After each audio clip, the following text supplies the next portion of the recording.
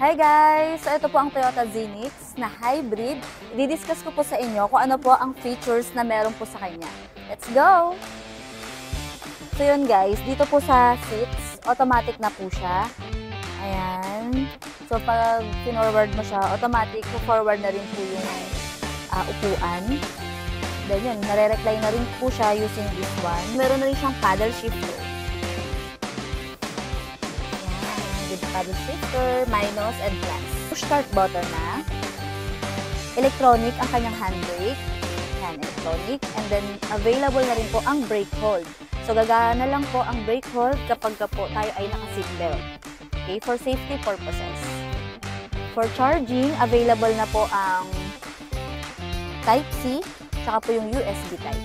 Yun guys, meron na rin siyang dalawang cup holder. Then, meron po ditong power outlet. Kasi sa mga natutuwa talaga ako sa features ng unit, sobrang simple lang po niya, pero very convenient. Ito po.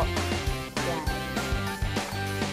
Yan. Kasi yung cellphone, pwede mo ilagay dyan, tapos kunin mo lang ulit. Kasi minsan, di ba, hindi natin alam kung saan natin ilalagay yung ating mga cellphone. So, dito, pwede mo siyang ilagay. Then, ito naman yung nakakatuwa dito, yung lagayan ng mga manual or mga warranty booklet. Diba? Napaka-smooth. Tignan nyo.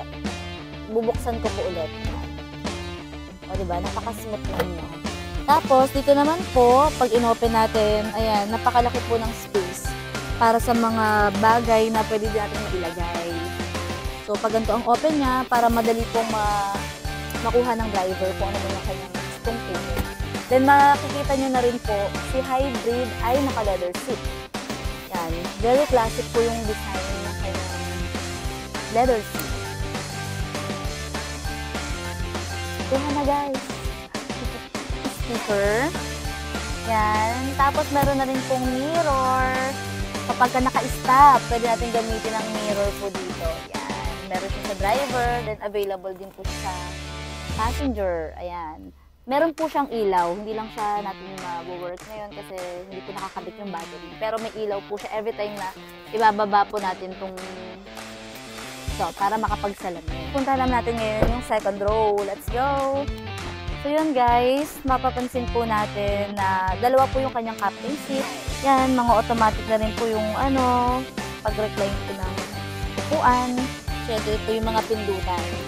Then dito po sa loob, meron na po siyang 2 cup holder. Then ito po, pwede tayo dito kumain, pwede maglagay dito ng pagkain. Yan, for our convenience. Ito naman, pwede tayong magsabit. Yan, sa mga mahilig magsabit. Yan, pwede natin yung masabitan. Then, meron din po ditong dalawang charger.